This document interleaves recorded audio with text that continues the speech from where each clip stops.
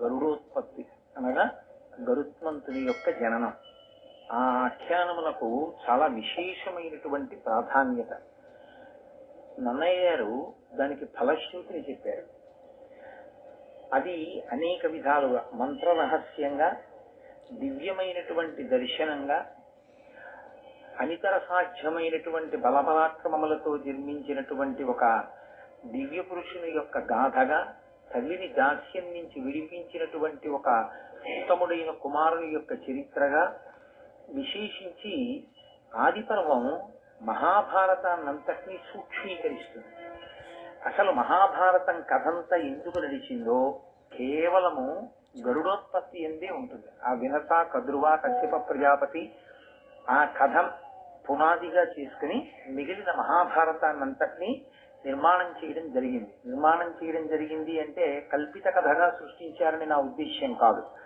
కానీ జాగ్రత్తగా పరిశీలనం చేసినప్పుడు కశ్యప ప్రజాపతి, వినత, కద్రువుల యొక్క కథయే తరువాతి కాలంలో మహాభారతంగా పరిణమిస్తుంది. అంటే దాని ఉద్దేశ్యం ఏమిటి అంటే, ఇందులోనే మనిషి దేని వలన పాడవుతాడో, దేని వలన మనిషి ఉన్నతిని పొందుతాడో, మనిషి యొక్క ప్రధానమైన బలహీనత ఏదో, ఏ బలహీనత మనిషిని పాడు చేసేస్తుందో, ఒక చెట్టు యొక్క తొర్రలో ప్రారంభమైనటువంటి అగ్నిహోత్రం చిట్ట చివరికి ఆ చెట్టుని ఎలా కాల్చేస్తుందో, అలా మనకి సంతోషంగా కనిపించేటటువంటి ఏ గుణం చిట్ట చివరికి మనని ఆశ్రయించిన వారిని కూడా నశింపచేస్తుందో, అటువంటి విశేషములతో కూడినటువంటి ఆఖ్యానము ఈ గరుడోత్పత్తి. అందుకే గరుడోత్పత్తిని ప్రారంభం చేస్తూ నన్నయ్య గారు ఒక మాట చెప్తారు. కృతయుగంలో కశ్యప ప్రజాపతి అనేక మంది భార్యలతో ఉండేవాడే. కశ్యప ప్రజాపతి అంతమంది భార్యల్ని స్వీకరించాడు అంటే కారణం ఒక్కటే, చతుర్ముఖ బ్రహ్మగారు ఆయన్ని ఆదేశించాడు. ఈ భూమి మీద ఎన్నో రకాలైనటువంటి ప్రాణిజాతము ఉత్పత్తి జరిగేటట్టుగా చాలా గొప్ప తేజస్సు కలిగిన వాడివి కనుక, నీవు ప్రజాపతివి కనుక, నా పుత్రుడు కనుక, ప్రజోత్పత్తి జరగడం కోసం అనేకమైన ప్రాణులు సృజింపబడాలి. ఇన్ని రకాలైన ప్రాణులు సృజింపబడడానికి నీవు తగినటువంటి పరిశ్రమ చేయవలసినవి అని ఆజ్ఞాపిస్తే, ఈ భూమి మీద ఉన్నటువంటి అనేక రకములైనటువంటి ప్రాణులు, పావులతో సహా అన్ని కశ్యప ప్రజాపతి బిడ్డలే. ఆ మాటకొస్తే ఈ భూమి కూడా కశ్యప ప్రజాపతిది. కాశ్యపి అని పేరు. ఈ భూమిని కశ్యప ప్రజాపతి దానం పట్టాడు.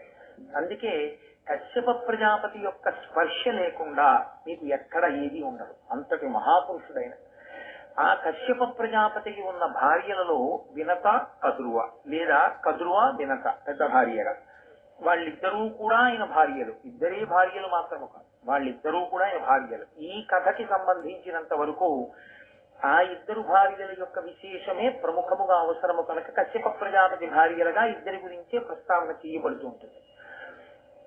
వారు భర్తని ప్రార్థన చేశారు, నీ తేజస్సు వలన మేము సంతానమును పొందాలని అనుకుంటున్నాము.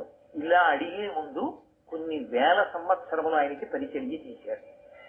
అలా వినత, కద్రువ అడిగారు కశ్యప ప్రజాపతిని, నీ వలన మేము సంతానాన్ని పొందాలనుకుంటున్నాం. ఇప్పుడు కశ్యప ప్రజాపతి అన్నాడు, తప్పకుండా నీకు ఎటువంటి సంతానాన్ని పొందుదామనుందో నాకు చెప్పండి. మీకు సంతానాన్ని పొందుదామనుంది మంచిదే, నేను కాదంటలేదు. కానీ ఎటువంటి సంతానం కావాలని మీరు అనుకుంటున్నారు? ఆయన నీకు ఇలాంటి సంతానం కలుగుతుంది, నీకు ఇలాంటి సంతానం కలుగుతుందని తన వాక్కు చేత నిర్ణయం చెయ్యగలిగినటువంటి మహాపురుషుడే. అయినా ఆయన తాను నిర్ణయించలేదు. ఎందుకు నిర్ణయించలేదు అంటే ఒక్కటే కారణం, కశ్యప ప్రజాపతి తామరాకు మీద నీటి బొట్టు లాంటి వాడు. రాక్షసులు ఆయన బిడ్డలే, దేవతలు ఆయన బిడ్డలే. ఆయన మాత్రం ఎప్పుడూ బ్రహ్మజ్ఞానంలో రమిస్తూ ఉంటాడు. ఆయన దేనిని అంటిపెట్టుకునేటటువంటి స్వభావం ఉన్నవాడు కాదు. సంసారము నుండి ధరించిన మహాపురుషులే సనాతన ధర్మమునందు ఎక్కువ. ఋషులందరూ సంసారంలో ఉన్నవాళ్ళు గారు. కాబట్టి కశ్యప ప్రజాపతి అటువంటి వాడు కనుక తన పత్నులను అడిగాడు, మీకు ఎటువంటి సంతానం కావాలని మీరు కోరుకుంటున్నారు అంటే, కద్రువ మొట్టమొదట కోరుకుంది, అనలతేజులు దీర్ఘదేహులునైన ఎట్టి తనూజులన్ వినుత సప్పుల కోరి కద్రువ వీవురన్ కడువేట్కతో వినత కోరె సుపుత్రులం భుజవీర్యవంతుల వారి కంటను బలాధికులైన వారి కడింది వీరుల నిద్దరం. ఇది ఒక చమత్కారం. మహానుభావుడు నన్నయ్య భట్టారకుడు ఎంత ఆశ్చర్యకరంగా రచన చేస్తారో. అది ఆయన ఋషి మహానుభావుడు. మొదట కద్రువ కోరుతూ అంది, అగ్నిహోత్రంతో సమానమైనటువంటి తేజస్సు కలిగినటువంటి వాళ్ళు, విశేషమైనటువంటి బలమున్న వాళ్ళు, చాలా పొడుగైనటువంటి దేహములు కలిగినటువంటి వాళ్ళు, చాలా సత్వం ఉన్నటువంటి వాళ్ళు, నాకు అనేక మంది సంతానం కావాలి. ఆయన ఒక చిరునవ్వు నవ్వాడు. ఇలా వినత వంక తిరిగాడు. ఇందులో మనస్థితి అని మళ్ళీ ఒక మాట ఉంటుంది. మనస్థితి అంటే ఎంత అక్క చెల్లెళ్ళైనా తోడుకోవడం కదండి. అందుకని ఇప్పుడు వీళ్ళిద్దరికీ ఏంటంటే ఒకరికి పుట్టేటటువంటి బిడ్డల బలం కన్నా బలవంతులు ఉండాలని. కద్రువ ముందు ఏమనుకుందంటే 1000 మంది పిల్లలు, దీర్ఘదీరులు, అంత పొడుగైన శరీరం ఉన్నవాళ్ళు, అంత గొప్ప తేజ, అంత బలవంతులు మీరు కోరుకున్నారు. ఇప్పుడు ఆవిడ మనసులో ఏదైనా కోపం ఉంటుందా అంటే ఉంది అని చెప్పడం చాలా కష్టం. ఎందుకంటే ఆవిడ కోరిక ఊరుకుందంటే. వెంటనే వినత వంక చూశాడు కశ్యప ప్రజాపతి. ఆవిడంది, ఈవిడ ఎంత బలం ఉన్న పిల్లలు కావాలని కోరుకుందో అంతకన్నా బలవంతులైన పిల్లలు. ఇప్పుడు ఏమవుతుంది కద్రువకి? అమ్మ బాబోయ్, దీని మనసులో ఇంతుందన్నమాట అన్న భావన వస్తుందా రాదా? ఈమె ఎంత బలవంతులైన బిడ్డలు కావాలని కోరుకుందో అంతకన్నా బలవంతులైనటువంటి బిడ్డలు సుపుత్రులను. ఇది చాలా గొప్ప మాట విషయం. ఒక తండ్రి సంతోషించవలసినటువంటి మాట అక్కడ విషయం. ఇది వినత యొక్క అదృష్టం. ఆ మాట ఆవిడ నోటి వెంట రావడమే అదృష్టం. సుపుత్రులైతే తల్లి కీర్తి కన్నా తండ్రికి బాగా ఉన్నతమైనటువంటి స్థానంలో నిలబెడతాడు. తల్లి సరే, తల్లిని ఆనందపరుస్తాడు, కానీ ఆ కొడుకు వలన ముందు పేరు పొందేటటువంటి వాడు ఎవరంటే తండ్రి. కాబట్టి సుపుత్రులైనటువంటి వారు నాకు కావాలి. అపారమైనటువంటి బలపరాక్రమములు కలిగిన వారు, కద్రువుకి పుట్టబోయేటటువంటి సంతానము కన్నా బలము కలిగినటువంటి వారు 2 పుత్రులు నాకు కావాలి. ఆమె అనేక మంది అని అడిగింది, ఈవిడ 2 అంది. 2 పుత్రులు కావాలి. కశ్యప ప్రజాపతి అన్నారు, తథాస్తు, అలాగే జన్మించెదరుగాక. ఇప్పుడు ఆయన ఏం చేయాలి? వాళ్ళు కోరుకున్న బిడ్డలు ఎలాంటి వాళ్ళు కావాలనుకున్నారో అలాంటి బిడ్డలే పుట్టాలంటే దైవానుగ్రహాన్ని సంపాదించాలి. అందుకని ఆయన పుత్రకామేష్ఠి చేశారు. ఇక్కడ మీరు ఒక శాస్త్ర రహస్యాన్ని కొంచెం జాగ్రత్తగా పట్టుకోవాల్సి ఉంటుంది. తేజోవంతమైన సంతానము కలగడానికి కారణము ఒక్కటే. వంశంలో ఎక్కడో మహాపురుషులు ఉంటారు. ఎక్కడో మహాపురుషులు అపారమైనటువంటి భగవద్భక్తి తత్పరులు, చాలా ప్రసన్నమైనటువంటి హృదయంతో దాన ధర్మాదులు చేసినటువంటి వారి యొక్క పుణ్య విశేషాన్ని బిడ్డలు అనుభవిస్తారు. కాబట్టి ఆయన పుత్రకామేష్టి చేశాడు కశ్యప ప్రజాపతి. దేవతల యొక్క అనుగ్రహాన్ని పొందాడు. ఇప్పుడు ఆ అనుగ్రహ కారణం చేత ఆయన తేజస్సు 2 భార్యలలోకి ప్రవేశించింది. ఆ 2 కూడా తమ గర్భములు అండములుగా మారాయి. ఎందుకని? 1 కాదు, 2 కాదు, అపరిమిత బల పరాక్రమము కలిగిన 2 బిడ్డలు కావాలని కోరింది వినత. మహాతేజోవంతులు, అపారమైన పొడుగున్న వాళ్ళు, అనేకులు బిడ్డలు కావాలని అడిగింది కద్రువ. ఇప్పుడు ఇంతమంది బిడ్డల్ని ఒక గర్భంలో మొయ్యడం చాలా కష్టం. అందుకే ఆ దేవతల యొక్క అనుగ్రహం కలిగితే ఎంత చమత్కారమైనా జరగచ్చు, ఎంత ఆశ్చర్యమైనా జరగచ్చు.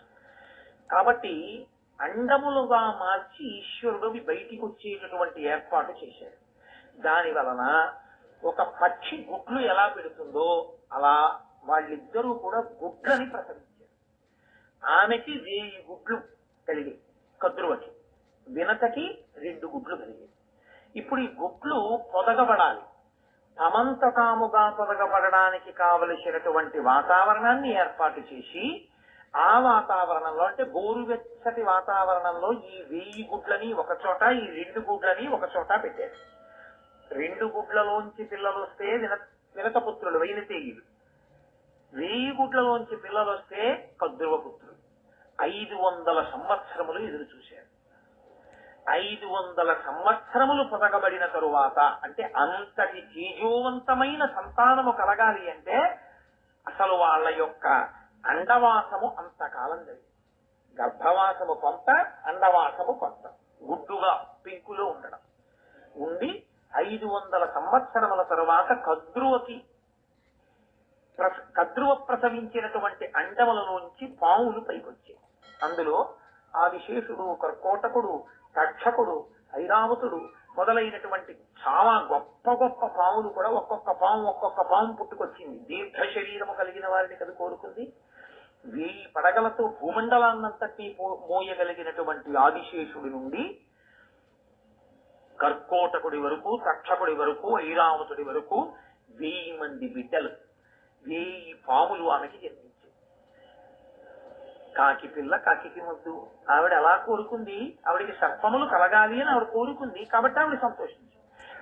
వినత చూసింది. చూసి ఆవిడ అతిశయము కలిగినటువంటి స్త్రీ. అతిశయము అన్న మాటకు అర్థం ఏమిటో తెలుసా అండి? విశ్వాసము అని ఒకటి ఉంటుంది, అతి విశ్వాసము అని ఒకటి ఉంటుంది. విశ్వాసము అంటే తను నమ్మినది, తను చదివినది, తను చేస్తున్నది సత్యము, ఇది మంచిది. అతి విశ్వాసము అన్న మాట ఎక్కడ వస్తుందో తెలుసా అండి? నా బుద్ధితో నేను ఆలోచించి చెప్పేది ఏది ఉంటుందో దానికి తిరుగులేదు అన్న అతిశయం. ఇది ప్రమాదకారి. ఇది ఎక్కడో అక్కడ పప్పులో కాలేయిస్తుంది. వేయించినప్పుడు ఎలా ఉంటుందో తెలుసా అండి? ఏదో చిన్న చితకాతో పోదు, పట్టిన అహంకారం అంతా వదిలిపోయేటట్టుగా దాడించేస్తుంది. సాకళ్ళు బండకేసి బట్టలు కొడతారే అలా కొడుతుంది అతి విశ్వాసం. అతి విశ్వాసము వలన కాని పడ్డాడో గోతులో ఇక మళ్లీ లేవడంలో చాలా చాలా కష్టం ఉంటుంది. మీరు లోకంలో ఎప్పుడైనా చూడండి, అతి విశ్వాసము మంచిది కాదు. మీరు ఒక నిర్ణయం తీసుకుని మీరే చాలా నమ్మేస్తే అవతల వారు కూడా అలాగే ఉన్నారో లేదో మీకు తెలియకపోతే, నేను అనుకున్నవన్నీ సత్యాలే అని మీరు అనుకున్న నాడు, మీరు గోతులో పడిన నాడు మీకు మళ్ళీ పైకి లేచేటప్పుడు తెలుస్తుంది ఆ బాధ ఏమిటో. ఇదే వినతతో వచ్చిన సమస్య. అంతకు మించి ఆవిడలో చెడ్డతనం ఏం లేదు. ఇదొక్కటే ఆవిడతో ఉన్న పెద్ద సమస్య. అందుకే నేను బాగా ఆలోచించగలను. అందుకే కద్రువ పిల్లల కన్నా బలవంతులు నాకు ఉంటే చాలు. ఆవిడికి 1000 మంది నాకు ఇద్దరు ఉంటే చాలు. ఒక్కడు అని అడగకూడదు కాబట్టి, ఒక కొడుకు శాస్త్రంలో కొడుకు కాడు కాబట్టి 2 కొడుకులే. కించిత్ అతిశయ భావంతో ఉంటుంది. చాలా మనస్తత్వ శాస్త్రాన్ని మాట్లాడుతుంది మహాభారతం. కాబట్టి 500 సంవత్సరముల నుంచి ఎదురు చూస్తోంది. అక్కడ పుట్టే పిల్లల కన్నా ముందు తన పిల్లలు పుడతారని ఒక ఆశ. ఎందుకంటే వీళ్ళు ఎక్కువ బలవంతులు కదా అని తొందరగా పొదగబడతారనుకుందో ఏమో ఆవిడ. 500 సంవత్సరముల తర్వాత అక్కడ 1000 మంది పుట్టేశారు. ఇక్కడ ఒక్క గుడ్డు కదలేదు. ఆవిడికి సిగ్గు కలిగింది. అది విచిత్రం. నన్నయ్య గారి మాటని నన్నయ్య గారి మాట కానీ మీరు పట్టుకోవాలి. మీ సొంతంగా మీరేమీ అన్వయాలు చేయకూడదు. నన్నయ్య గారు వాడిన మాట ఏమిటంటే లజ్జనుంది అని సిగ్గుపడి, సిగ్గు వలన దుఃఖం అనుకోండి. దేనికి సిగ్గు? ఆవిడికి పుట్టినటువంటి గుడ్లు 500 సంవత్సరాలకు పొదగబడి తన గుడ్లు ఇంకా పొదగబడకపోతే తనదా తప్పు? అది ఆ బిడ్డలు జన్మించే విధానం కాదు కదా. అది ఒక చిత్ర విచిత్రమైన రీతిలో పుడుతున్న బిడ్డలు వాళ్ళు. కాబట్టి వాళ్ళకన్నా బలవంతులు అడిగింది కాబట్టి ఇంకొంచెం సమయం పట్టచ్చు, ఎదురు చూడాలి. కానీ ఆమె దేనికి సిగ్గుపడిపోయిందంటే, అన్నిటిలో ఆమె కన్నా నేను ముందుంటాననుకుంది. తనకన్నా ముందు తల్లి. ఇక్కడ ఎక్కడో నా విశ్వాసం దెబ్బతింది. నేను ఇంత బాగా ఆలోచించలేకపోయాను. ఇది ఆవిడ సిగ్గుపడ్డానికి కారణం. ఇప్పుడు ఆవిడ సిగ్గులో దుఃఖం వచ్చింది. దేనికి దుఃఖమో తెలుసా అండి?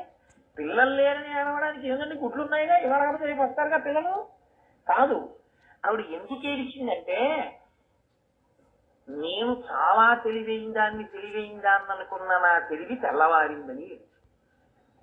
ఎలా ఏడుస్తుంది? అలా ఏడిస్తే అందరి ముందు ఏడిస్తే బాగుపడిందని గుర్తు. తను ఒక్కతే ఏడిస్తే ఇంకా గోరోజనం తగ్గలేదని కదా. అందుకేడుస్తోంది. కానీ ఇంకా బయటికి వచ్చి నేను ఇంత తెలివైన దాన్ని కాను అని అంటే కశ్యప ప్రజాపతిని చెప్పుకుంటాను, నీకెందుకు బెంగ, నీ గుడ్లోంచి కూడా పిల్లలు వస్తారు, కంగారు పడకని చెప్పాను. ఒక్కత్తి ఏడిచింది. అదో ప్రమాదం. తగినంత పరిణితి ఏర్పడని జీవితాలు ఎలా ఉంటాయో మీరు చూడండి. కాబట్టి ఇప్పుడు ఆమె ఏడిచి ఏడిచి ఏడిచి సిగ్గు పొంది, ఎలాగైనా నేనే తెలివైందాన్ని అనిపించుకోవాలి కదా, కింద పడి కూడా భూమి మీద ఉన్నానంటే పోయే. అందుకని ఎలాగైనా సరే నేను తెలివైందాన్ని అనిపించుకోవాలన్న తాపత్రయంలో నేను తల్లినైపోయాను అనిపించేసుకోవాలని ఓ గుడ్డు పగలగొట్టే. ఓ గుడ్డు పగలగొట్టేటప్పటికి అందులోంచి ఒక పక్షి పైకి వచ్చేది. ఆయన అన్నాడు, దాన అపరార్థకాయ విహీనుడు పూర్వార్థ తను సహితుడు అరుణుడనంగానుదయించే సుతుండు మహానీతియుతుండు తల్లి కప్రియమసగన్. ఆయన పూర్వార్థతను సహితుడు, నడుం దగ్గర నుంచి పైన ఉండవలసినటువంటి శరీరం ఉంది, ఈ క్రింద ఉండవలసినటువంటి అపరార్థకాయుని. ఆయనకి ఈ క్రింద ఉండవలసినటువంటి శరీరము లేదు, ఇక్కడ వరకే శరీరం ఉంది. మహాతేజోమూర్తి, గొప్ప సునిశ్చిత బుద్ధిశాలి. అటువంటి వాడు పుడుతూనే పేరుతో పుట్టాడు, అరుణుడు. ఆయన పుట్టి అమ్మ వంక చూశాడు. అతి విశ్వాసం నీది, అతి విశ్వాసము వలన సిగ్గుపడింది నువ్వు, ఆ సిగ్గు వలన ఏడిచింది నువ్వు. కద్రువ ఎదురు చూసింది గుట్లలోంచి పిల్లలు వచ్చే వరకు. ఎంతసేపు కద్రువ అడిగిన వాటిని దృష్టిలో పెట్టుకుని నీ తెలివి నిరూపించుకోవాలన్న అతిశయంతో ప్రవర్తించావు. ఈ అతిశయం పోవడానికి నేను పూర్తిగా తయారు కాకముందు గుడ్డు బ్రద్దలు కొట్టి ఇంత అంగవైకల్యంతో నేను పుట్టేటట్టు చేశావు కనుక, నేను ఇంత బాధపడవలసిన అవసరాన్ని నువ్వు ఏర్పాటు చేశావు కనుక 500 సంవత్సరముల పాటు కద్రువకు దాశివగుదువుగాక అని చెప్పించాడు. ఎక్కడ పడిందో చూసారా గోతుగా? ఇప్పుడు ఒక్కసారి బెంగొచ్చింది. ఏమిటి బెంగ? ఇన్నాళ్లు తాను చాలా తెలివైందాన్ని అనుకుని ఎవరి మీద తాను పెత్తనం చేశాననుకుందో ఆవిడికి భయపడవలసిన రోజు వచ్చింది కాదు, ఆవిడికి తాను సేవ చెయ్యవలసిన రోజు వచ్చింది. అన్ని ఆవిడ్ని దృష్టిలో పెట్టుకుని ఈవిడ పని చేయవలసిన రోజు వచ్చింది. ఆవిడ ఎప్పుడు పిలుస్తుందో అందుకని మనం ఈ పని తొందరగా చేసేసుకోవాలి. మరి కత్తురు పిలిస్తే వెనక వెళ్ళిపోద్దు తొందరగాను, దాచి. కాబట్టి ఇప్పుడు ఏమవుతుంది, ఈ అతిశయం అంతా ఇలా లేనిపోని తెలివితేటలకెళ్ళే ఈ దాస్యం వచ్చిందని 500 సంవత్సరముల దాస్యం తర్వాత నీకు విరిగిపోతుంది ఈ అతిశయం. అనుగ్రహించాడు కొడుకు. అమ్మకి అతిశయం ఉండిపోతే ఇంకా ఎన్ని తప్పులు జరిగిపోతాయో, జరగకూడదు అని అన్నాడు. అమ్మా, తొందరపడి ఒక గుడ్డుని పగలగొడితే పగలగొట్టావు, రెండో గుడ్డుని మాత్రం అలా పగలగొట్టకు. అందులోంచి మహాతేజోమూర్తి ఉద్భవిస్తాడు. ఆయన నిన్ను దాస్యం నుంచి విడుదల చేయిస్తాడు. ఆయన మాత్రం గుడ్డులోంచి వచ్చే వరకు నువ్వు అలాగే ఉండు అని మహానుభావుడైనటువంటి అరుణుడు సూర్య భగవానుడికి రథసారథిగా వెళ్ళిపోయాడు. పరమేశ్వరుని యొక్క శక్తి అంటే ఎలా ఉంటుందో తెలుసా అండి? ఆయన యొక్క సాధన సంపత్తులను వీటిని చూసినా మీకు విచిత్రంగానే ఉంటుంది. సూర్య భగవానుడే మహాతేజోమూర్తి, అగ్నిహోత్రం. అసలు ఆయన దగ్గరకి కూడా ఎవరు వెళ్ళరు. అటువంటి బ్రహ్మాండమైన తేజోరాశి అయినటువంటి సూర్యుడికి ఒక రథం, దానికి ఒకటే చక్రం. 2 చక్రాలున్న రథం అయితేనే సరిగ్గా వెళుతుంది. ఏక చక్రధరం దేవం తం సూర్యం ప్రణమామ్యహం. ఒక్కటే చక్రంతో ఉన్న రథం. ఆ రథానికి 7 గుర్రాలు. 7 గుర్రాల్ని తోరేవాడు ఒక సారథి. ఆ సారథికి నడుము కింద శరీరం లేదు, పైన శరీరం మాత్రమే ఉన్నవాడు. ఆయన రథం నడిచే మార్గం ఆధారం లేని ఆకాశం. ఆయన గమనంలో 1 నిమిషం ఆలస్యంగా ఉదయించాడు, 1 నిమిషం ఆలస్యంగా అస్తమించాడు. అది ఈశ్వరుని ప్రతిభ. తన దగ్గర ఉన్న సాధన సంపత్తులను బట్టి ప్రకాశించడం కాదు, తన శక్తి చేత ప్రకాశిస్తుంటాడు ఈశ్వరుడు. దాని వలన అరుణుడికి గొప్పతనం వచ్చింది. సూర్యరథ సారథి అని. సూర్యుని యొక్క తేజస్సుని తట్టుకుని సారథిగా నిలబడగలిగిన వాడంటే ఆయన ఎంత తేజోమూర్తో మీరు ఆలోచించండి. ఆయన అసలు నిజంగా ఒక గుడ్డులో పూర్ణంగా ఉంటే అసలు ఎటువంటి మహాపురుషుడు ఆవిర్భవించి ఉండేవాడు లోకానికి. కాబట్టి ఇప్పుడు అరుణుడు లయించాడు. కొంతకాలం అయిపోయింది. శాపవాక్కు అమలులోకి రావాలి కదూ. ఈలోగా వీళ్ళిద్దరు వినత కదురువ ఒక రోజు బయలుదేరి పాలసముద్రం దగ్గరికి వెళ్ళారు. ఈలోగా జరిగినటువంటి విచిత్రం ఏంటంటే దేవతలకి రాక్షసులకి అమృతాన్ని పొందాలి అని కోరిక కలిగింది. దేవతలు రాక్షసులు కలిసి క్షీరసాగర మదనం చేస్తే అందులోంచి అమృతం వస్తుంది. కాబట్టి ఇప్పుడు వాళ్ళు మందర పర్వతాన్ని తీసుకొచ్చి ఆ పాల సముద్రంలో చిలకడం కోసమని దింపారు. ఆ మందర పర్వతం పాల సముద్రంలో మునిగిపోకుండా ఉండడం కోసం శ్రీ మహావిష్ణువుని ప్రార్థన చేస్తే ఆయన ఆదికూర్మమై నిలబడితే ఆ తాబేటి డొప్ప మీద ఈ మందర పర్వతాన్ని పెట్టి వాసుకిని చుట్టి రాక్షసులు దేవతలు పట్టుకుని చిలికారు. చాలా కాలం అయిపోయిన తర్వాత ఈ క్షీరసాగర మథనంలో పుట్టినటువంటి ఉజ్జైశ్రవం అనేటటువంటి ఒక తెల్లటి గుర్రం, అదో విచిత్రం. మహాభారతంలో ఈ గుర్రాల కథలు చాలా వస్తాయి. ఈ పాల సముద్రం ఒడ్డున మత్సలేని తెల్ల గుర్రం ఆ ఉజ్జైశ్రవం తిరుగుతోంది. తిరుగుతుండగా వినత కదురువ విహారంగా అలా వచ్చారు. ఇప్పుడు కడుపులో మంట ఎవరికి బయలుదేరిందంటే కదురువకి బయలుదేరింది. ఎందుకు బయలుదేరిందంటే ఒక్కటే కారణం. నేను 1000 మంది పిల్లలు కావాలి అన్నాను. నా పిల్లల కన్నా బలవంతులు ఇద్దరు కావాలి అంది. నాకు 500 సంవత్సరాలు పొదిగిన తరువాత అంత గొప్ప సర్పములు పుట్టాయి. అసలు ఇంకా పుట్టక ముందు గుడ్డు బద్దల పుడితే కింద శరీరం లేని వాడు పుడితేనే వాడు సూర్యుడికి రథసారం అయ్యాడు. అంతటి తేజస్సు ఎదురుగుండా కదండి పడుతుంది సూర్య తేజస్సు.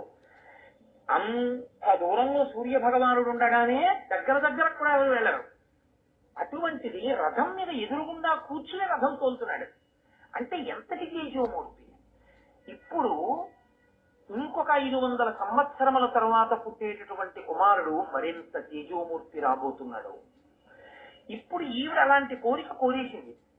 2 కొడుకులు ఇంతటి తేజోమూర్తుల ముందు నా కొడుకులు ఏం నిలబడతారు? దీనికి ఇన్ని తెలివితేటలు రా, ఎంత గొప్ప కోరిక కోరిందిరా ఇది. ఎలాగైనా ఈవిడ్ని ఇబ్బంది పెట్టాలి అంటే అసూయ ప్రబలింది.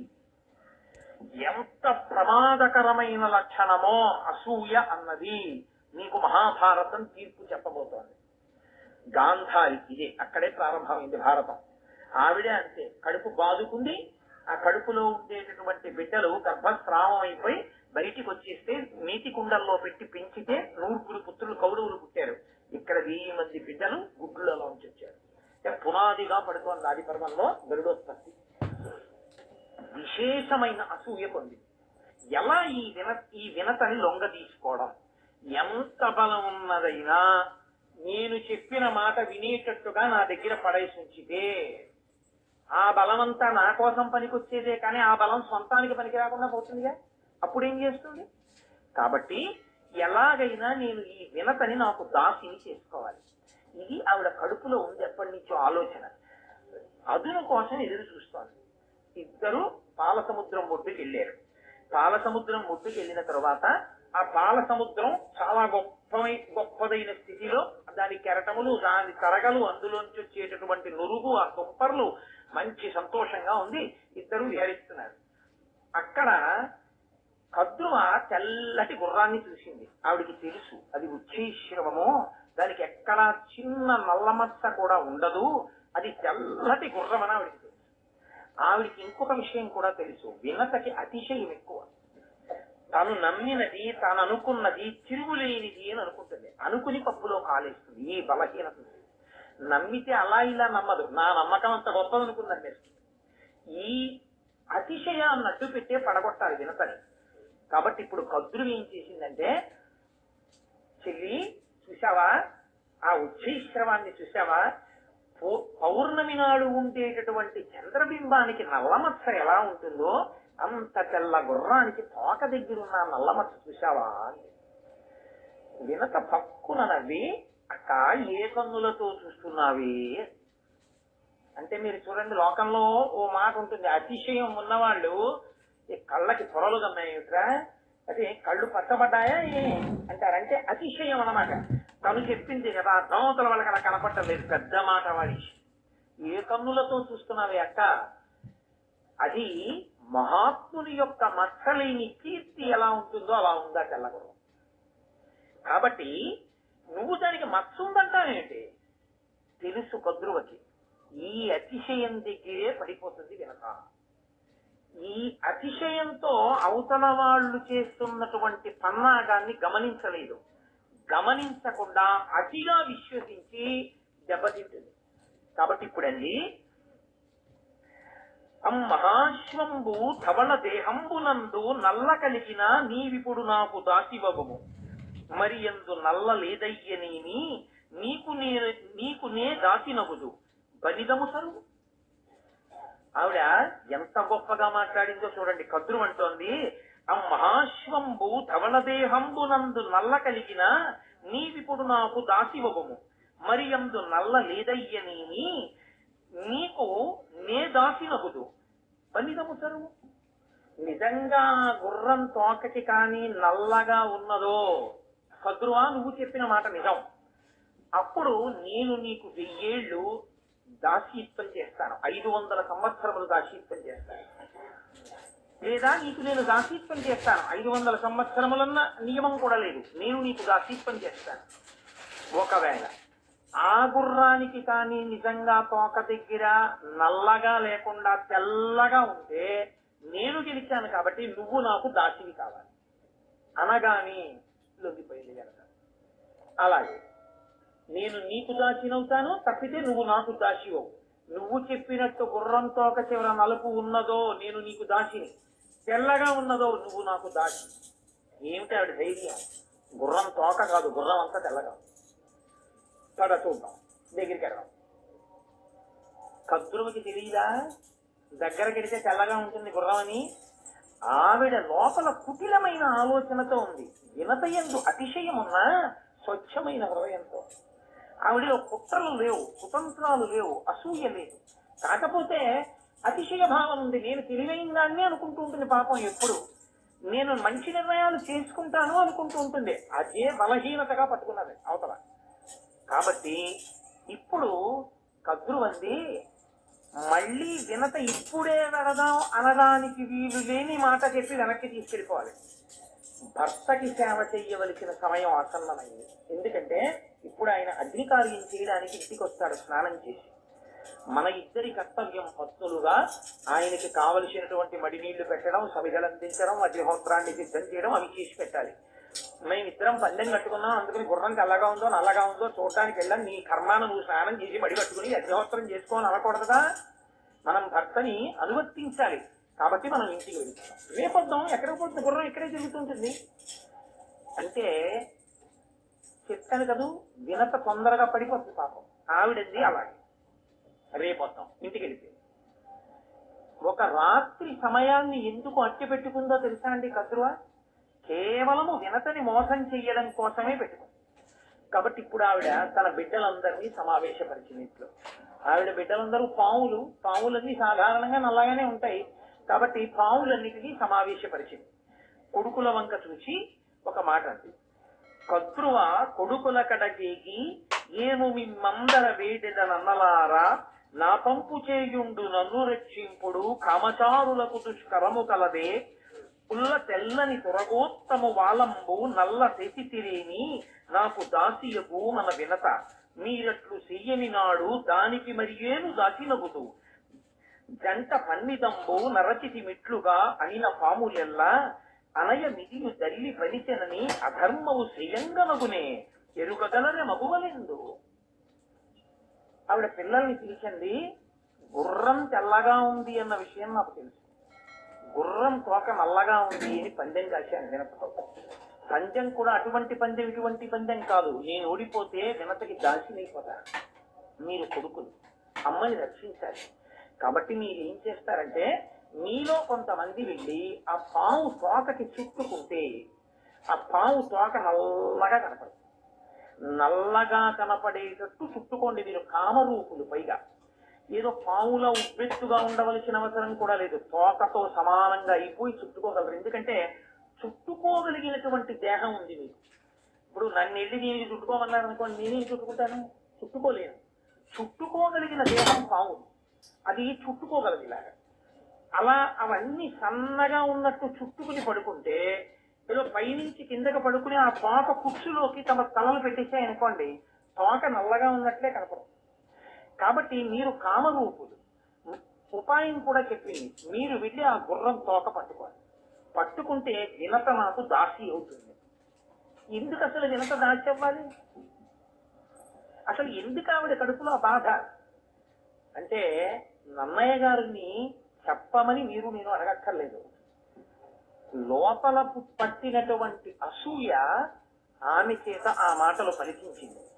తన బిడ్డల దగ్గరకు వెళ్ళి పనికి మాలిన మాటలు తల్లి ఎప్పుడు చెప్పినా చిట్ట చివరికి ఏమవుతుందో తెలుసా? కట్టి కుడిపేస్తుంది. తల్లి పరిణతితో మాట్లాడాలి, చాలా జాగ్రత్తగా మాట్లాడాలి. కాబట్టి ఇప్పుడు అమ్మతో ఇలా మాట్లాడితే ఆ పిల్లలు అన్నారు, దేనికమ్మా, దేనికి పిన్నమ్మ నీకు దాసి కావాలి? కేవలం అసూయ తప్ప ఆవిడ దగ్గర జవాబేముంది? కాబట్టి ఆ పిల్లలు అన్నారు, తప్పురా, అమ్మ చెప్పిందని ఇంత అన్యాయమా? మనం వెళ్ళి పాము తోకకి చుట్టుకోవడం ఎందుకు? పిన్నమ్మ అమ్మకి దాసి కావడం ఏమిటి? అన్ని వైభోగాలు వదులుకుని అమ్మకి సేవ చేయడం ఏమిటి? తప్పు. ఇలా ఏదో చెప్పింది కదా అని మనం చేసేయకూడదు. అమ్మ తప్పు కదా, అలా చెయ్యొచ్చా అన్నారు. ఆవిడ ఆశలన్నీ ఎవరి మీద పెట్టుకుందంటే, కొడుకుకి ఏదైనా చెప్పినప్పుడు వాడు వెంటనే తిరిగి అమ్మకి ధర్మం చెప్తే అంతే. ఎక్కడ లేని కోపం, అసూయలోంచి అపారమైన కోపం వచ్చింది. కోపం వచ్చేసి ఆవిడంది, మీరు నేను చెప్పిన మాట వినలేదు. అనుపమముగా జనమేజయుడును జనపతి సేయు సర్పయాగ నిమిత్తంబున పాములు పంచత్వము సనియడు అని ఉరగములకు శాపం ఇచ్చెన్. జనమేజయుడనేటటువంటి రాజు చేసేటటువంటి సర్పయాగంలో ఈ పాములన్నీ పడి కాలి చచ్చిపోవు కాక. ఎంత కష్టపడి వరాలు కోరి కంది పిల్లల్ని, ఆ పిల్లలు తన మాట వినలేదని నాది తప్ప పిల్లలది తప్ప అని విచారణ చేసి ఉంటే శాబాష్, ఎంత గొప్ప పిల్లలు అని, ఒరే నీ ధార్మికతకి నెచ్చుకుంటున్నాను, మీరు 10 కాలాలకి ఇలాగే ఉండండి అని గబగబా వినత దగ్గరికి వెళ్ళి, వినత నేను అసూయతో ఈ మాట చెప్పాను, లేదు ఆ గుర్రం పిలిపి నన్ను మన్నించమ్మా ఒక్క మాట అనగలిగి ఉంటే ఈ ఆఖ్యానం ఇంకొక రకంలా ఉంటుండేది. ఆ 2 మాటలు అనడం చేత కాలేదు, అసూయే నిలబడింది. అంతే, తమ బిడ్డలు సరిపోవాలని తానే శాపం. ఇదే గాంధారీ ధృతరాష్ట్రుల యందు ప్రవేశించినటువంటి అసూయ. పిల్లలకి ఇలాగే దుర్బుద్ధులు చెప్పి దుర్యోధన దుశ్శాసనాదుల్ని పెంచి పోషించి తన బిడ్డలు తన వంశం నశించేటట్టు ధృతరాష్ట్రుడు గాంధారి చేసుకున్నారు. ఆది పర్వంలో మీరు మహాభారతానికి పునాది మీకు మనవి చేశారు. ఆ మహాభారతానికి ఇది పునాది అయితే మన కుటుంబాల యొక్క వృద్ధికి, మన కుటుంబాల యొక్క ఇంకొక స్థితికి కూడా మనలో ఉండకూడని ఏ గుణము మనం పరిశీలించవలసి ఉంటుందో, దేని వలన చెట్లు పచ్చగా ఉంటాయో, దేని వలన పచ్చని చెట్లు కాలిపోతాయో మనకి మహాభారతం నిర్దేశిస్తుంది. కాబట్టి అంత పెద్ద శాపవాక్యాన్ని విడిచిపెట్టేసింది. ఇంత పెద్ద శాపవాక్యాన్ని విడిచిపెడితే పాములన్నీ కలవరపడ్డాయి. అయ్యి బాబోయ్, ఇదేమిట్రా ఇంత పెద్ద వాక్యం విడిచిపెట్టేసింది అమ్మ శాపానికి కానీ మనం వశులం అయిపోయామా చచ్చిపోతాం. కాబట్టి అమ్మ మాట విందామా, ధర్మానికి కట్టుబడదామా? బతకడం కోసం అమ్మ మాటే విందాం. నేను మీతో మనవి చేశాను కదూ, అమ్మ మాట ఎంత దూరమైనా తీసుకెళ్తుంది, గాంధారి మాట ఎంత దూరమైనా తీసుకెళ్ళింది మహాభారతాన్ని. అందుకని కర్కోటకుడు మొదలైన పాములు వెళ్లి సన్నగా ఉండేటటువంటి తీగలలా ఆ ఉచ్చైశ్రము యొక్క తోక నల్లగా ఉండేటట్టుగా చుట్టుకున్నాయి. మరునాడు వినతని తీసుకుని కదురువా ఆ ఉచ్చైశ్రవం ఉండేటటువంటి దగ్గరగా వెళ్ళి, అదిగో తోక నల్లగా ఉంది కాబట్టి నువ్వు ఓడిపోయావు అంటే వెర్రి వినత అంగీకరించిన ఉత్తర క్షణం నుంచి వినత కదురువకు దాసి అయిపోయింది. ఇక తాను సంతోషంగా ఉండడం అన్నది ఏమైనా ఉంటుందా? ఇహ లేదు. ఒకే ఒక్క అతి విశ్వాసముతో పందెమన్న మాట దాకా వెళ్ళిపోవడం. అయిన దానికి కాంజానికి పందాలు ఎందుకండి? అప్పటి నుంచి ఇప్పటి వరకు ఈ బెట్టింగులు జీవితాలని పాడు చేస్తూనే ఉన్నాయి కదా. ఇప్పటికీ ఎప్పటికీ కొంతమంది జీవితాలే పాడు చేసేసి ఎన్ని చోట్ల ఎంతంత స్థితికి వెళ్ళిపోయాయో. అందుకే మహాభారతాన్ని పిల్లలకి వినిపిస్తే పిల్లలు ఎలా బ్రతకాలో అర్థం అవుతుంది. కానీ మన దురదృష్టం ఏంటంటే మహాభారతాన్ని పిల్లలకి వినిపిస్తే వాళ్ళకి ఏదో మౌఢ్యం వచ్చేస్తుందని మనం నమ్మి మనం పిల్లలకి భారతం చెప్పలేము. పిల్లలకి ఎక్కడి నుంచి వస్తుంది సంస్కారం రమ్మంటే, ఎక్కడి నుంచి వస్తుంది పరిణితి రమ్మంటే, నన్నయ్య గారి భారతంలోంచి గట్టిగా ఓ 10 పద్యాలు ఏవి అక్కర్లేనటువంటి పద్యాలన్నీ పిచ్చి పిచ్చి పాఠాలన్నీ ఇవాళ పాఠ్యాంశాలుగా ఉన్నాయి. ఏవి పనికొచ్చే నీతులు ఎక్కడున్నాయి? సంస్కారము లేని చదువు ఎవరిని ఉద్ధరించడానికి పనికొస్తుంది కనుక. కాబట్టి ఇప్పుడు వినత కదురువకు దాసి అయిపోయింది. ఆ దాస్యం అలా నడుస్తోంది. అప్పటికి 500 సంవత్సరముల కాలం గడిచింది.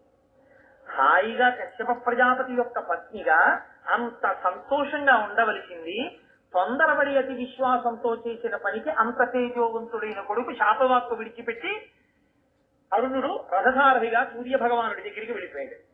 ఇంకొక కొడుకు పుట్టలేదు. ఆ గుడ్డ అలాగే ఉంది. ఆమెకి 1000 మంది పిల్లలు. ఆ పిల్లలు పెరిగి పెద్దవాళ్ళు అవుతున్నారు. దాసి అంటే చేయవలసిందే ఉంటుంది. ఆ 1000 మంది పిల్లలకి స్నానం చేయించండి అనుకోండి, చాలదా? ఎవరికి స్నానం చేయించిందో తెలియదు, ఎవరో మళ్ళీ మట్టిలో పొల్లు వచ్చారో తెలియదు, ఎవరికి పలహారం పెట్టిందో తెలియదు, ఎవరు తిని మళ్ళీ వచ్చేసాడో తెలియదు. ఈ మంది పిల్లల్ని సాకడం అంటే మాటలా? అంత కష్టపడి సాకింది. ఎవరి కోసం? కద్రువ కోసం వినత. ఈవిడ బిడ్డలే ఒక రకంగా పినతల్లి కాబట్టి. కానీ తన బిడ్డడు ఎక్కడో ఉన్నాడు, ఈ బిడ్డడు గుడ్డులో ఉన్నాడు. వీళ్ళని ఈవిడ సాకుతోంది. 1 రోజా 2 రోజులా? 500 సంవత్సరాలు. ఏ పాపానికి?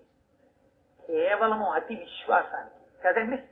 ఎంతంత ప్రమాదాలు తెస్తాయో, జీవితాల్ని ఎంత అతలాపుతలం చేస్తాయో మహాభారతం ప్రత్యక్ష సాక్ష్యంగా మాట్లాడుతుంది. కాబట్టి ఎక్కడి పరిధిలో అక్కడ ఉండి జాగ్రత్తలో ఉండు పరాకు నేర్పుతుంది మనకి.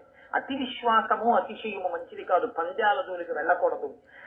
కనుక 500 సంవత్సరములు పూర్తయ్యాయి. ఆవిడ అదృష్టం పండింది. ఆతత పక్షమారుత రయ ప్రవికంపిత ఘూర్ణితాచలవాతమహర్ణవుండు బలవన్ నిజదేహ సముజ్వల ప్రభాతూత పతంగ తేజుడు చితుండయి తాక్షుడు తల్లికిన్ మనప్రీతియునచ్చుచున్ నెగటి భీమజవంబున నప్రవీదికి. నన్నయ్య గారికి ఎంత సంతోషం కలిగిందో. అమ్మయ్య, వినత దాస్యం తీరిపోయిందనుకున్నారో ఏమో. ఆనందంతో నన్నయ్య గారి మనసు ఎలా ఎగిరిందో, గరుత్మంతుని యొక్క జననం అలా జరిగింది.